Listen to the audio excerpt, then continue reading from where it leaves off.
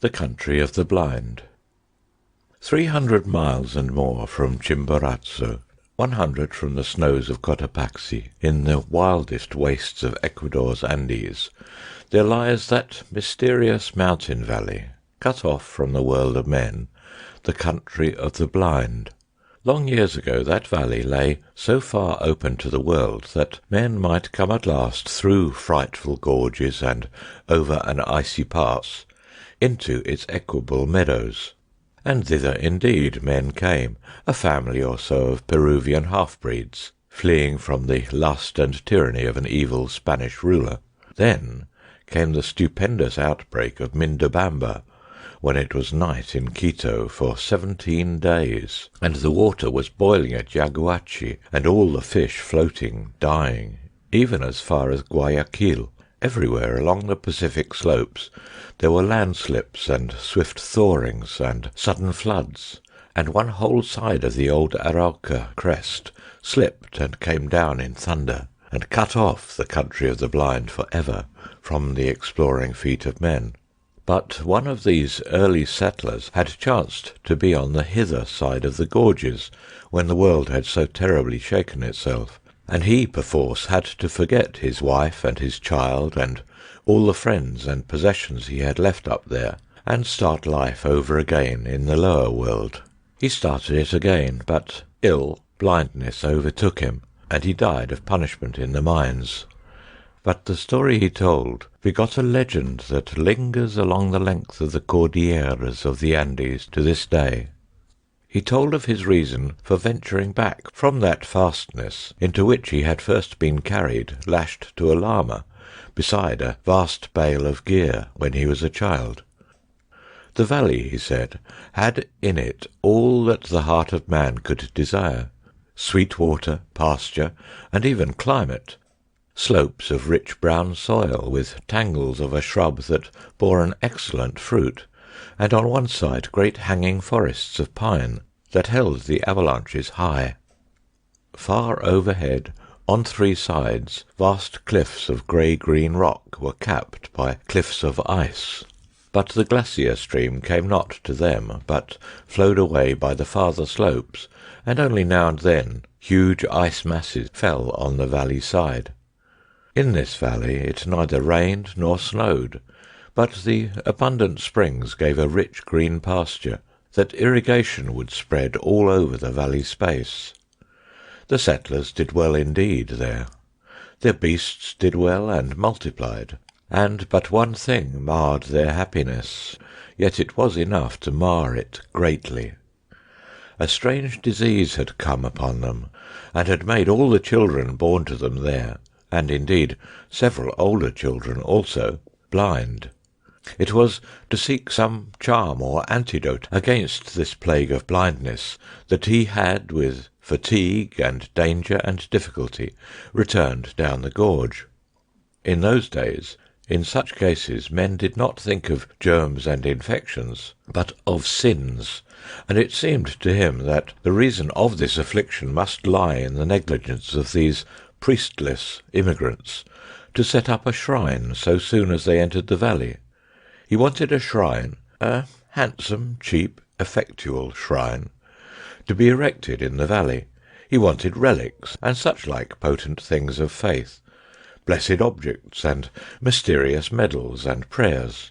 In his wallet he had a bar of native silver, for which he could not account. He insisted there was none in the valley, with something of the insistence of an inexpert liar.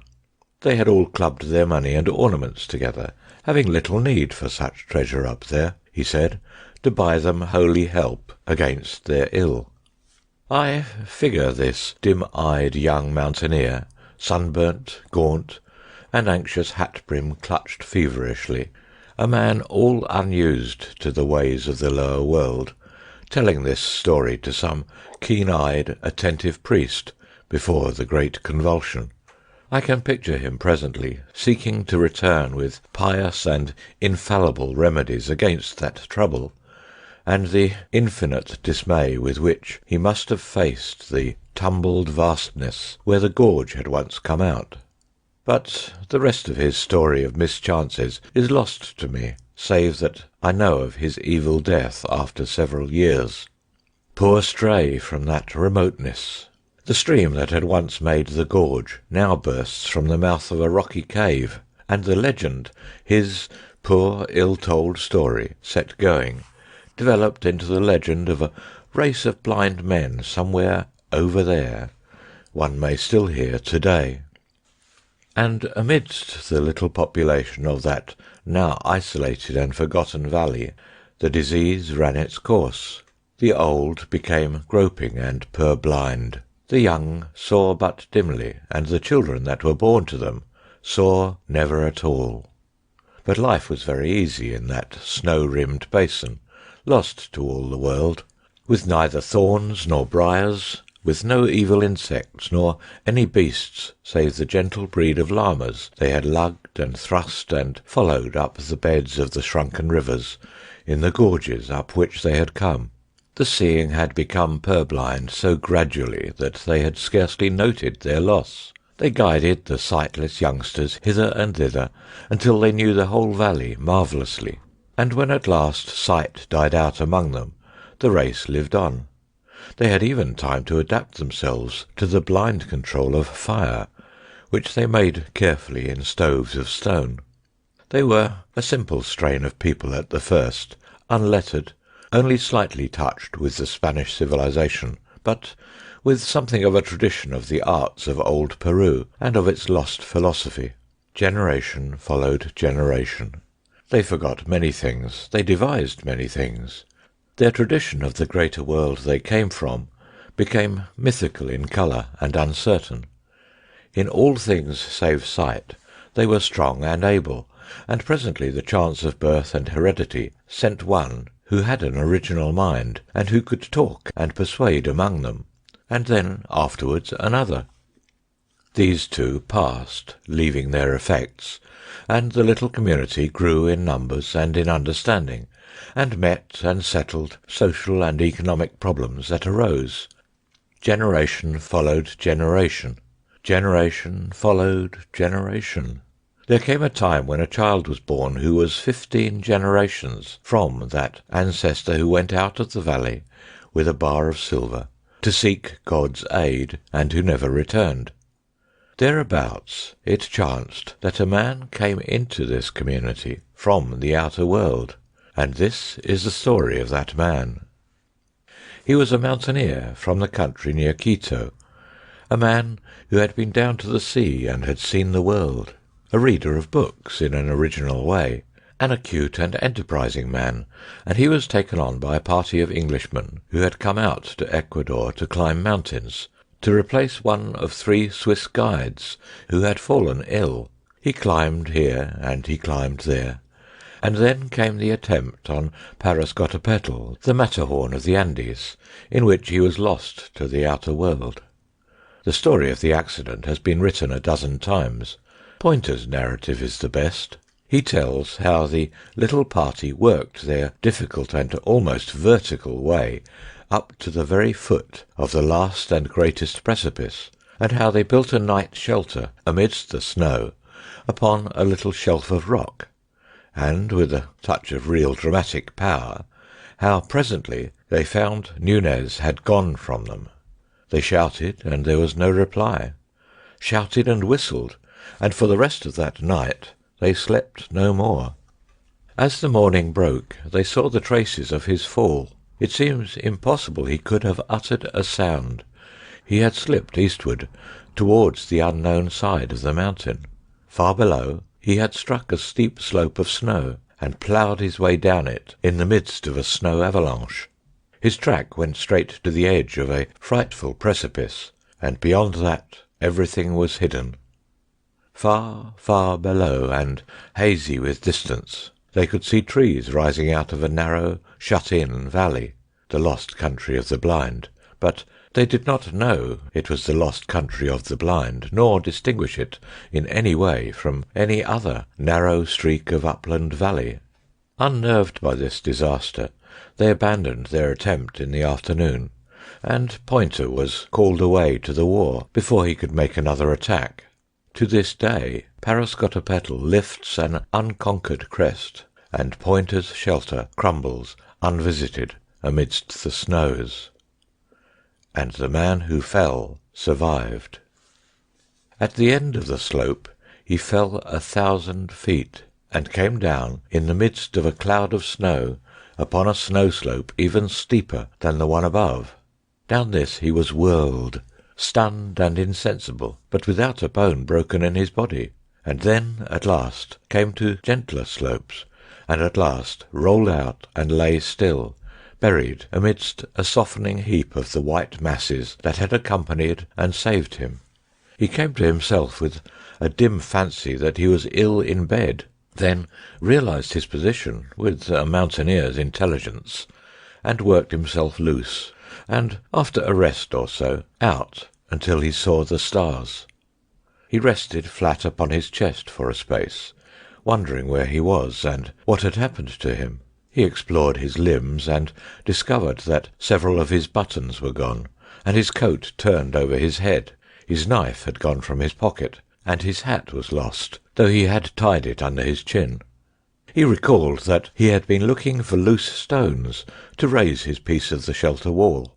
His ice axe had disappeared.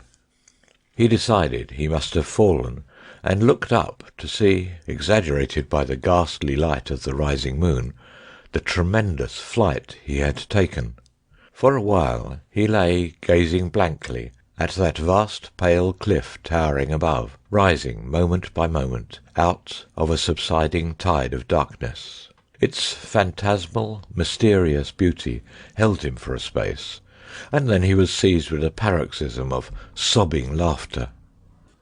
After a great interval of time he became aware that he was near the lower edge of the snow. Below, down what was now a moonlit and practicable slope, he saw the dark and broken appearance of rock-strewn turf. He struggled to his feet, aching in every joint and limb, got down painfully from the heaped loose snow about him, went downward until he was on the turf, and there dropped rather than lay beside a boulder, drank deep from the flask in his inner pocket, and instantly fell asleep. He was awakened by the singing of birds in the trees far below. He sat up, and perceived he was on a little alp, at the foot of a vast precipice that was grooved by the gully down which he and his snow had come. Over against him another wall of rock reared itself against the sky. The gorge between these precipices ran east and west, and was full of the morning sunlight, which lit to the westward the mass of fallen mountain that closed the descending gorge. Below him it seemed there was a precipice equally steep, but behind the snow in the gully he found a sort of chimney cleft dripping with snow water, down which a desperate man might venture. He found it easier than it seemed, and came at last to another desolate alp, and then, after a rock climb of no particular difficulty, to a steep slope of trees. He took his bearings, and turned his face up the gorge, for he saw it opened out above upon green meadows, among which he now glimpsed quite distinctly a cluster of stone huts of unfamiliar fashion. At times his progress was like clambering along the face of a wall, and after a time the rising sun ceased to strike along the gorge, the voices of the singing birds died away, and the air grew cold and dark about him, but the distant valley with its houses was all the brighter for that. He came presently to talus, and among the rocks he noted, for he was an observant man, an unfamiliar fern that seemed to clutch out of the crevices with intense green hands. He picked a frond or so, and gnawed its stalk, and found it helpful. About midday he came at last out of the throat of the gorge into the plain and the sunlight. He was stiff and weary. He sat down in the shadow of a rock, filled up his flask with water from a spring, and drank it down, and remained for a time resting before he went on to the houses. They were very strange to his eyes, and indeed the whole aspect of that valley became, as he regarded it, queerer and more unfamiliar. The greater part of its surface was lush green meadow, starred with many beautiful flowers, irrigated with extraordinary care, and bearing evidence of systematic cropping piece by piece. High up, and ringing the valley about, was a wall, and what appeared to be a circumferential water channel, from which the little trickles of water that fed the meadow plants came, and on the higher slopes above this flocks of llamas cropped the scanty herbage. Sheds, apparently shelters or feeding places for the llamas, stood against the boundary wall here and there. The irrigation streams ran together into a main channel down the centre of the valley, and this was enclosed on either side by a wall breast high. This gave a singularly urban quality to this secluded place, a quality that was greatly enhanced by the fact that a number of paths, paved with black and white stones, and each with a curious little curb at the side, ran hither and thither in an orderly manner. The houses of the central village were quite unlike the casual and higgledy-piggledy agglomeration of the mountain villages he knew. They stood in a continuous row on either side of a central street of astonishing cleanness. Here and there their parti-coloured façade was pierced by a door, and not a solitary window broke their even frontage. They were parti-coloured with extraordinary irregularity, smeared with a sort of plaster that was sometimes grey, sometimes drab, sometimes slate-coloured or dark brown, and it was the sight of this wild plastering first brought the word blind into the thoughts of the explorer. The good man who did that, he thought, must have been as blind as a bat. He descended a steep place, and so came to the wall and channel that ran about the valley, near where the latter spouted out its surplus contents into the deeps of the gorge in a thin and wavering thread of cascade. He could now see a number of men and women resting on piled heaps of grass, as if taking a siesta, in the remoter part of the meadow, and nearer the village a number of recumbent children, and then, nearer at hand, 3 men carrying pails on yokes, along a little path that ran from the encircling wall towards the houses. These latter were clad in garments of llama cloth, and boots and belts of leather, and they wore caps of cloth with back and ear flaps. They followed one another in single file, walking slowly and yawning as they walked, like men who have been up all night. There was something so reassuringly prosperous and respectable in their bearing that, after a moment's hesitation, Nunez stood forward as conspicuously as possible upon his rock, and gave vent to a mighty shout that echoed round the valley. The 3 men stopped, and moved their heads as though they were looking about them. They turned their faces this way and that, and Nunez gesticulated with freedom, but they did not appear to see him, for all his gestures, and after a time, directing themselves towards the mountains far away to the right, they shouted as if in answer. Nunez bawled again, and then once more, and as he gestured ineffectually, the word blind came up to the top of his thoughts. "The fools must be blind," he said. When at last, after much shouting and wrath, Nunez crossed the stream by a little bridge, came through a gate in the wall, and approached them, he was sure that they were blind. He was sure that this was the country of the blind of which the legends told.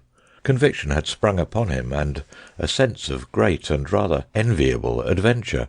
The 3 stood side by side, not looking at him, but with their ears directed towards him, judging him by his unfamiliar steps. They stood close together, like men a little afraid, and he could see their eyelids closed and sunken, as though the very balls beneath had shrunk away. There was an expression near awe on their faces. "A man," one said, in hardly recognizable Spanish. "A man it is, a man or a spirit, coming down from the rocks." But Nunez advanced with the confident steps of a youth who enters upon life. All the old stories of the Lost Valley and the country of the blind had come back to his mind, and through his thoughts ran this old proverb, as if it were a refrain. "In the country of the blind, the one-eyed man is king." In the country of the blind, the one-eyed man is king. And very civilly he gave them greeting. He talked to them and used his eyes. "Where does he come from, Brother Pedro?" asked one. "Down out of the rocks." "Over the mountains I come," said Nunez. "Out of the country beyond there, where men can see, from near Bogota, where there are 100,000 of people, and where the city passes out of sight." "Sight?" muttered Pedro. "Sight?" "He comes," said the second blind man, "out of the rocks." The cloth of their coats, Nunez saw, was curiously fashioned, each with a different sort of stitching. They startled him by a simultaneous movement towards him, each with a hand outstretched. He stepped back from the advance of these spread fingers. "Come hither," said the third blind man, following his motion and clutching him neatly. And they held Nunez and felt him over, saying no word further until they had done so. "Carefully," he cried, with a finger in his eye, and found they thought that organ, with its fluttering lids, a queer thing in him. They went over it again. "A strange creature, Correa," said the one called Pedro. "Feel the coarseness of his hair, like a llama's hair." "Rough he is, as the rocks that begot him," said Correa, investigating Nunez's unshaven chin with a soft and slightly moist hand. "Perhaps he will grow finer." Nunez struggled a little under their examination, but they gripped him firm. "Carefully," he said again. "He speaks," said the third man. "Certainly he is a man." "Ugh," said Pedro, at the roughness of his coat. "And you have come into the world?" asked Pedro. "Out of the world, over mountains and glaciers, right over above there, halfway to the sun, out of the great big world that goes down 12 days' journey to the sea." They scarcely seemed to heed him. "Our fathers have told us men may be made by the forces of nature," said Correa. "It is the warmth of things, and moisture, and rottenness." "Let us lead him to the elders," said Pedro. "Shout first," said Correa, "lest the children be afraid. This is a marvellous occasion." So they shouted, and Pedro went first, and took Nunez by the hand to lead him to the houses. He drew his hand away. "I can see," he said. "See?" said Correa. "Yes, see," said Nunez, turning towards him, and stumbled against Pedro's pail. "His senses are still imperfect," said the third blind man. "He stumbles and talks unmeaning words. Lead him by the hand." "As you will," said Nunez, and was led along, laughing. It seemed they knew nothing of sight. Well, all in good time he would teach them. He heard people shouting, and saw a number of figures gathering together in the middle roadway of the village. He found it tax his nerve and patience more than he had anticipated, that first encounter with the population of the country of the blind. The place seemed larger as he drew near to it, and the smeared plasterings queerer, and a crowd of children and men and women. The women and girls, he was pleased to note, had some of them quite sweet faces, for all that their eyes were shut and sunken, came about him, holding on to him, touching him with soft, sensitive hands, smelling at him, and listening at every word he spoke. Some of the maidens and children, however, kept aloof, as if afraid, and indeed his voice seemed coarse and rude beside their softer notes. They mobbed him. His 3 guides kept close to him with an effect of proprietorship, and said again and again, "A wild man out of the rocks." "Bogota," he said. "Bogota, over the mountain crests." "A wild man using wild words," said Pedro. "Did you hear that? Bogota. His mind is hardly formed yet. He has only the beginnings of speech."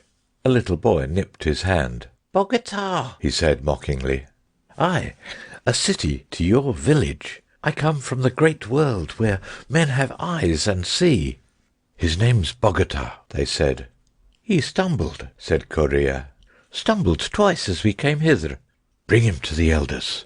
And they thrust him suddenly through a doorway into a room as black as pitch, save at the end there faintly glowed a fire.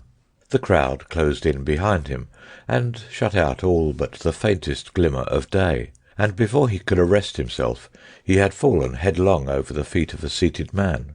His arm, outflung, struck the face of someone else as he went down. He felt the soft impact of features, and heard a cry of anger, and for a moment he struggled against a number of hands that clutched him. It was a one-sided fight. An inkling of the situation came to him, and he lay quiet. "I fell down," he said. "I couldn't see in this pitchy darkness." There was a pause, as if the unseen persons about him tried to understand his words. Then the voice of Corea said, "He is but newly formed. He stumbles as he walks, and mingles words that mean nothing with his speech." Others also said things about him that he heard or understood imperfectly. "May I sit up?" he asked in a pause. "I will not struggle against you again." They consulted and let him rise. The voice of an older man began to question him, and Nunez found himself trying to explain the great world out of which he had fallen, and the sky and mountains, and sight and such like marvels, to these elders who sat in darkness in the country of the blind, and they would believe and understand nothing whatever he told them, a thing quite outside his expectation. They would not even understand many of his words. For 14 generations these people had been blind and cut off from all the seeing world. The names for all the things of sight had faded and changed. The story of the outer world was faded and changed to a child's story, and they had ceased to concern themselves with anything beyond the rocky slopes above their circling wall. Blind men of genius had arisen among them, and questioned the shreds of belief and tradition they had brought with them from their seeing days, and had dismissed all these things as idle fancies, and replaced them with new and saner explanations.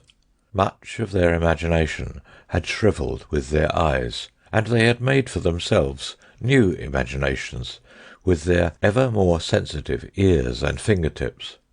Slowly Nunez realized this, that his expectation of wonder and reverence at his origin and his gifts was not to be borne out, and after his poor attempt to explain sight to them had been set aside as the confused version of a new-made being, describing the marvels of his incoherent sensations, he subsided, a little dashed, into listening to their instruction.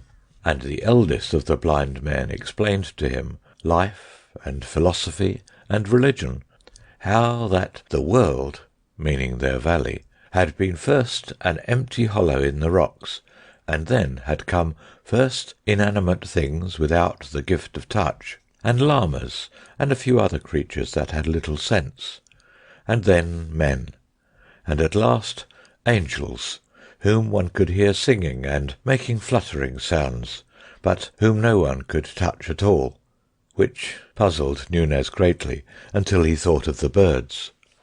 He went on to tell Nunez how this time had been divided into the warm and the cold, which are the blind equivalents of day and night, and how it was good to sleep in the warm and work during the cold, so that now, but for his advent, the whole town of the blind would have been asleep. He said Nunez must have been specially created to learn and serve the wisdom they had acquired, and that for all his mental incoherency and stumbling behaviour he must have courage, and do his best to learn, and at that all the people in the doorway murmured encouragingly. He said the night, for the blind call their day night, was now far gone, and it behoved everyone to go back to sleep. He asked Nunez if he knew how to sleep, and Nunez said he did, but that before sleep he wanted food. They brought him food, llama's milk, in a bowl, and rough, salted bread, and led him into a lonely place to eat out of their hearing, and afterwards to slumber until the chill of the mountain evening roused them to begin their day again. But Nunez slumbered not at all.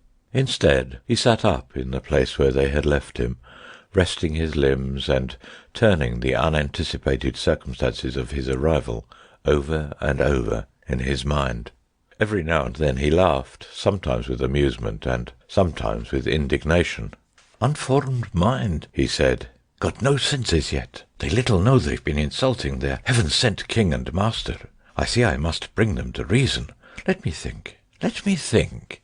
He was still thinking when the sun set. Nunez had an eye for all beautiful things, and it seemed to him that the glow upon the snowfields and glaciers that rose about the valley on every side was the most beautiful thing he had ever seen. His eyes went from that inaccessible glory to the village and irrigated fields fast sinking into the twilight, and suddenly a wave of emotion took him, and he thanked God from the bottom of his heart that the power of sight had been given him. He heard a voice calling to him from out of the village. "Yaho there, Bogota! Come hither!" At that he stood up, smiling. He would show these people once and for all what sight would do for a man. They would seek him, but not find him. "You move not, Bogota," said the voice. He laughed noiselessly, and made 2 stealthy steps aside from the path. "Trample not on the grass, Bogota. That is not allowed." Nunez had scarcely heard the sound he made himself. He stopped, amazed. The owner of the voice came running up the piebald path towards him. He stepped back into the pathway. "Here I am," he said. "Why did you not come when I called you?" said the blind man. "Must you be led like a child? Cannot you hear the path as you walk?"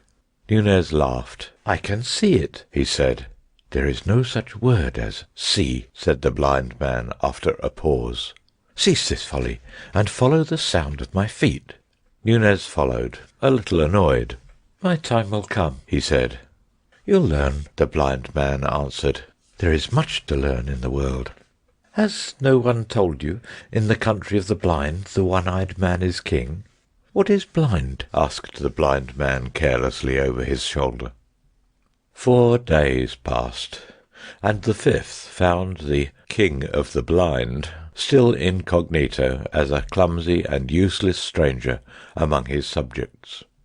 It was, he found, much more difficult to proclaim himself than he had supposed, and in the meantime, while he meditated his coup d'etat, he did what he was told, and learnt the manners and customs of the country of the blind. He found working and going about at night a particularly irksome thing, and he decided that that should be the first thing he would change. They led a simple, laborious life, these people, with all the elements of virtue and happiness, as these things can be understood by men. They toiled, but not oppressively. They had food and clothing sufficient for their needs. They had days and seasons of rest. They made much of music and singing, and there was love among them, and little children. It was marvellous with what confidence and precision they went about their ordered world. Everything, you see, had been made to fit their needs. Each of the radiating paths of the valley area had a constant angle to the others, and was distinguished by a special notch upon its curbing. All obstacles and irregularities of path or meadow had long since been cleared away. All their methods and procedure arose naturally from their special needs. Their senses had become marvellously acute. They could hear and judge the slightest gesture of a man a dozen paces away, could hear the very beating of his heart. Intonation had long replaced expression with them, and touches gesture, and their work with hoe and spade and fork was as free and confident as garden work can be. Their sense of smell was extraordinarily fine. They could distinguish individual differences as readily as a dog can, and they went about the tending of the llamas, who lived among the rocks above, and came to the wall for food and shelter, with ease and confidence. It was only when at last Nunez sought to assert himself that he found how easy and confident their movements could be.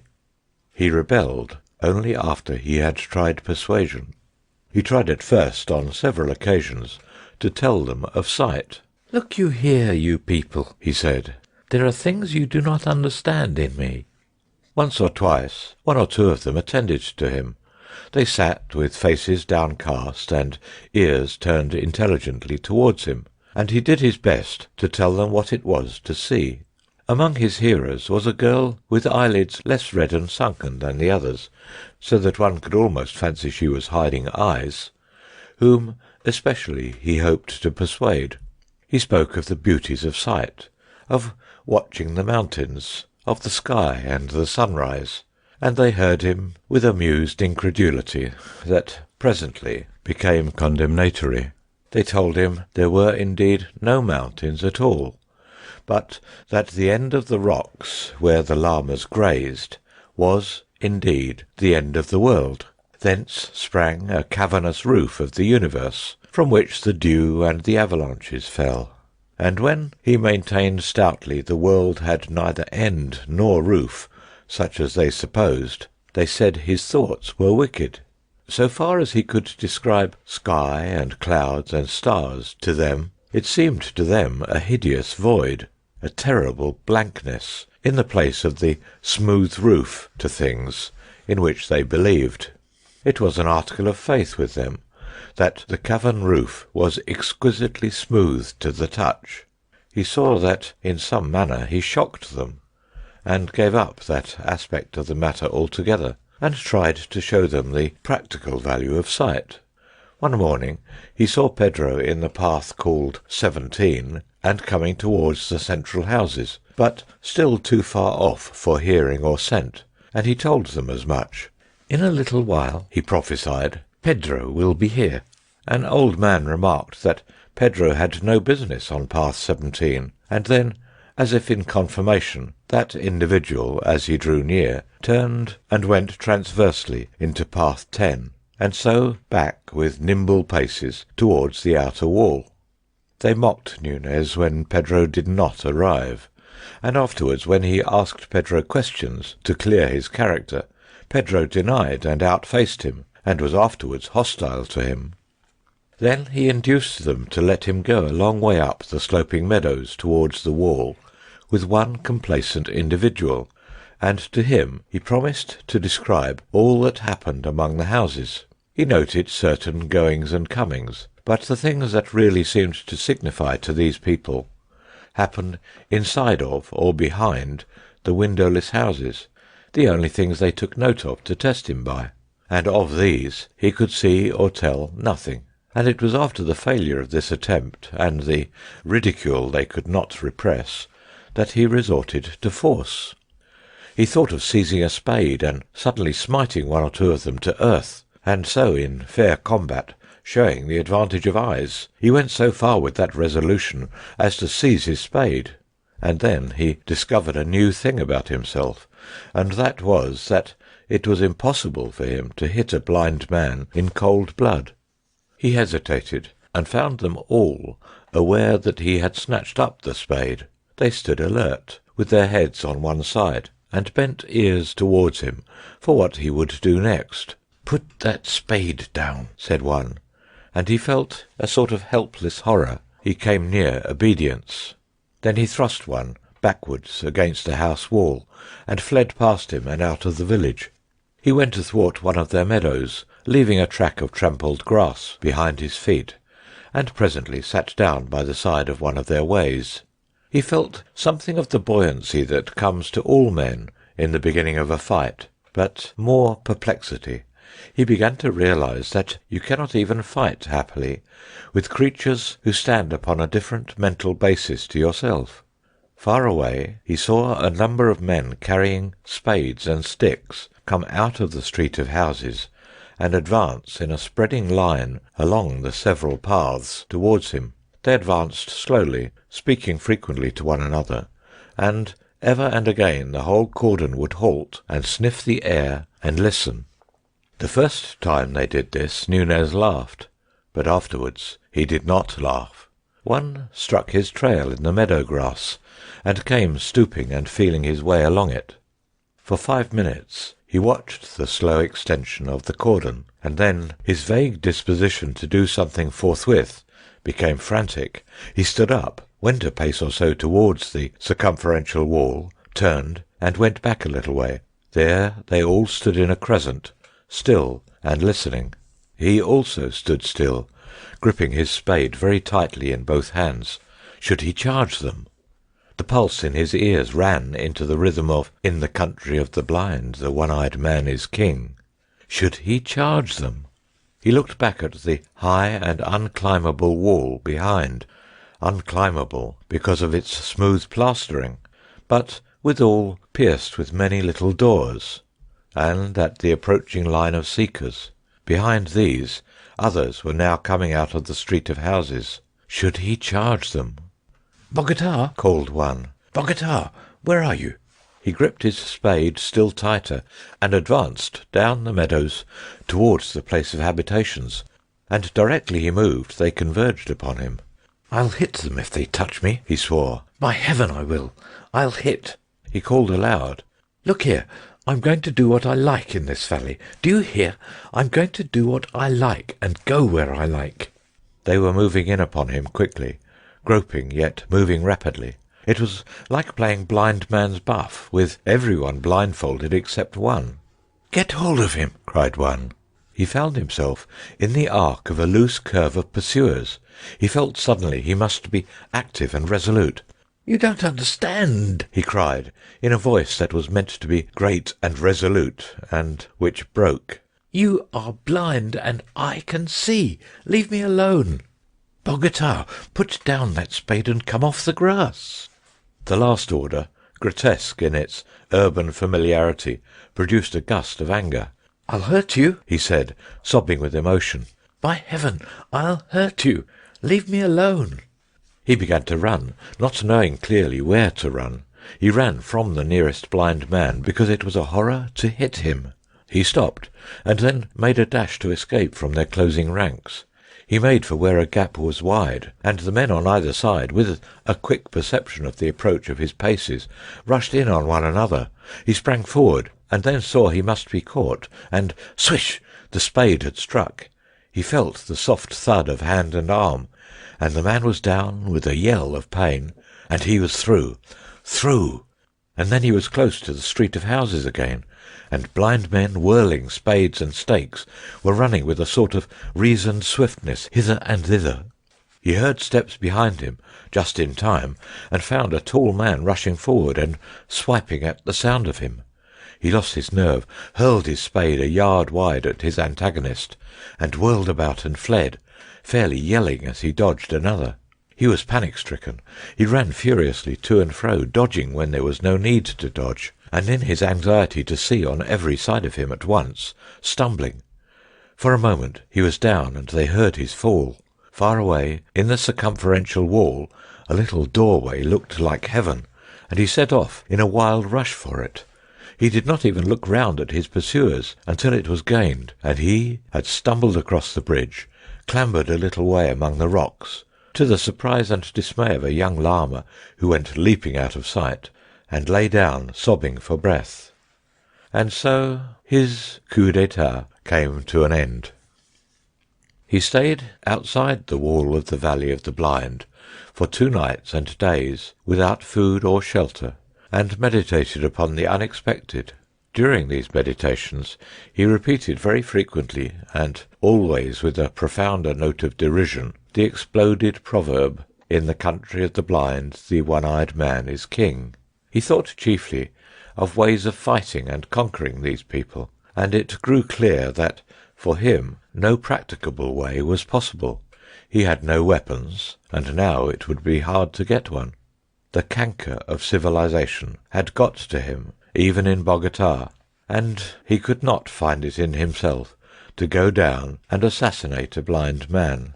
Of course, if he did that, he might then dictate terms on the threat of assassinating them all, but sooner or later he must sleep.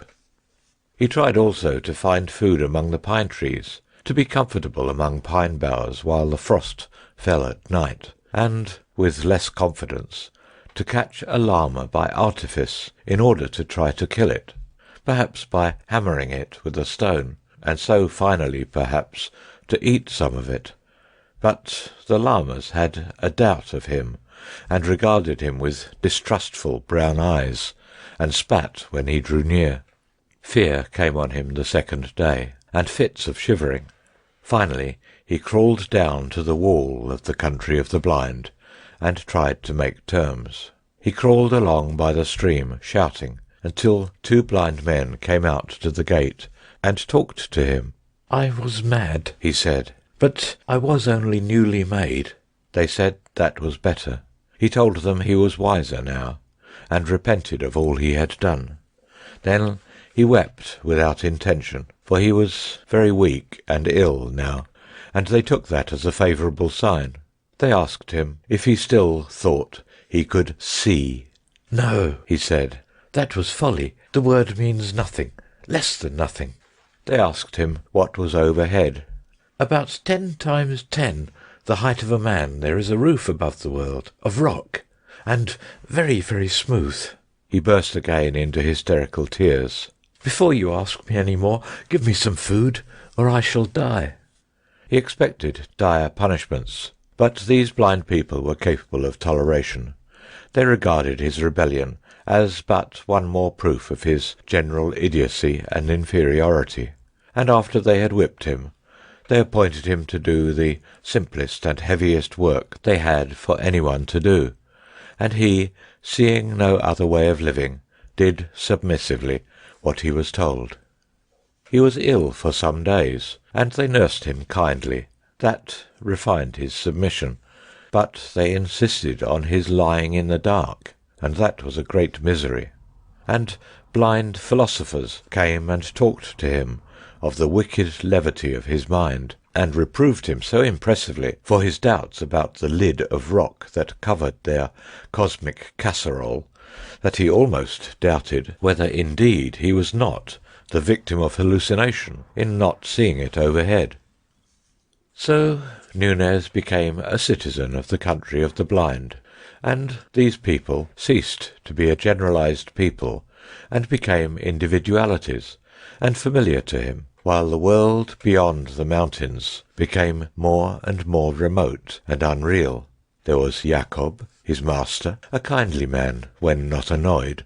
There was Pedro, Jacob's nephew, and there was Medina Sarote, who was the youngest daughter of Jacob. She was little esteemed in the world of the blind, because she had a clear-cut face and lacked that satisfying glossy smoothness that is the blind man's ideal of feminine beauty. But Nunez thought her beautiful at first, and presently the most beautiful thing in the whole creation.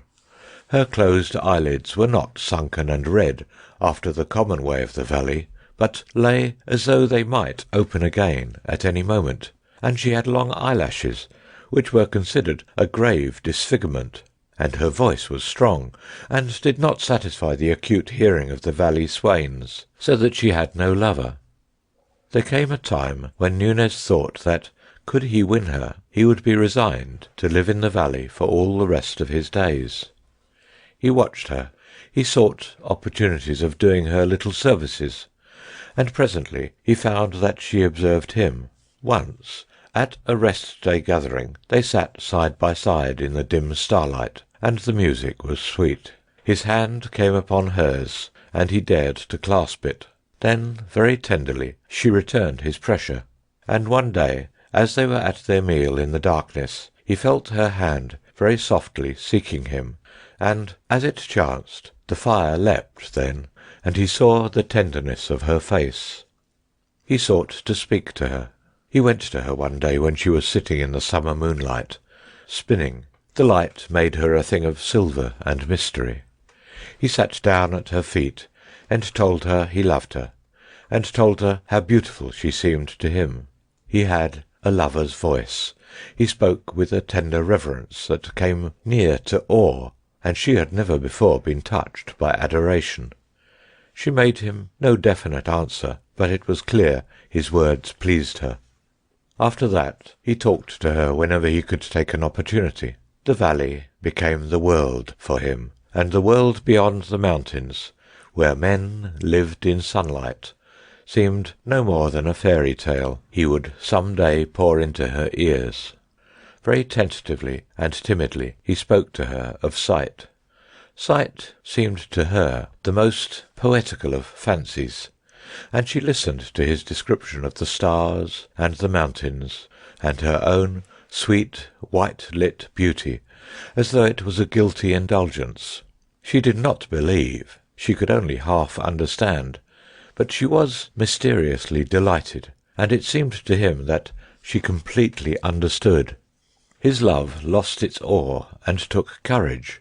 Presently he was for demanding her of Jacob and the elders in marriage, but she became fearful and delayed, and it was one of her elder sisters who first told Jacob that Medina Sarote and Nunez were in love. There was, from the first, very great opposition to the marriage of Nunez and Medina Sarote, not so much because they valued her, as because they held him as a being apart, an idiot, incompetent thing below the permissible level of a man. Her sisters opposed it bitterly, as bringing discredit on them all, and old Jacob, though he had formed a sort of liking for his clumsy, obedient serf, shook his head and said the thing could not be. The young men were all angry at the idea of corrupting the race, and one went so far as to revile and strike Nunez. He struck back. Then, for the first time, he found an advantage in seeing, even by twilight, and after that fight was over, no one was disposed to raise a hand against him, but they still found his marriage impossible. Old Jacob had a tenderness for his last little daughter, and was grieved to have her weep upon his shoulder. "You see, my dear, he's an idiot. He has delusions. He can't do anything right." "I know," wept Medina Sarote, "but he's better than he was. He's getting better. And he's strong, dear father, and kind, stronger and kinder than any other man in the world. And he loves me, and, father, I love him." Old Jacob was greatly distressed to find her inconsolable, and besides, what made it more distressing, he liked Nunez for many things. So he went and sat in the windowless council chamber with the other elders, and watched the trend of the talk, and said at the proper time, "He's better than he was. Very likely some day we shall find him as sane as ourselves." Then afterwards one of the elders, who thought deeply, had an idea. He was the great doctor among these people, their medicine man, and he had a very philosophical and inventive mind, and the idea of curing Nunez of his peculiarities appealed to him. One day, when Jacob was present, he returned to the topic of Nunez. "I have examined Bogota," he said, "and the case is clearer to me. I think very probably he might be cured." "That is what I have always hoped," said old Jacob. "His brain is affected," said the blind doctor. The elders murmured assent. "Now, what affects it?" "Ah," said old Jacob. "This," said the doctor, answering his own question. "Those queer things that are called the eyes, and which exist to make an agreeable soft depression in the face, are diseased, in the case of Bogota, in such a way as to affect his brain. They are greatly distended. He has eyelashes, and his eyelids move, and consequently his brain is in a state of constant irritation and distraction." "Yes," said old Jacob. "Yes? And I think I may say with reasonable certainty that in order to cure him completely, all that we need do is a simple and easy surgical operation, namely to remove these irritant bodies." "And then he will be sane?" "Then he will be perfectly sane, and a quite admirable citizen." "Thank heaven for science," said old Jacob, and went forth at once to tell Nunez of his happy hopes. But Nunez's manner of receiving the good news struck him as being cold and disappointing.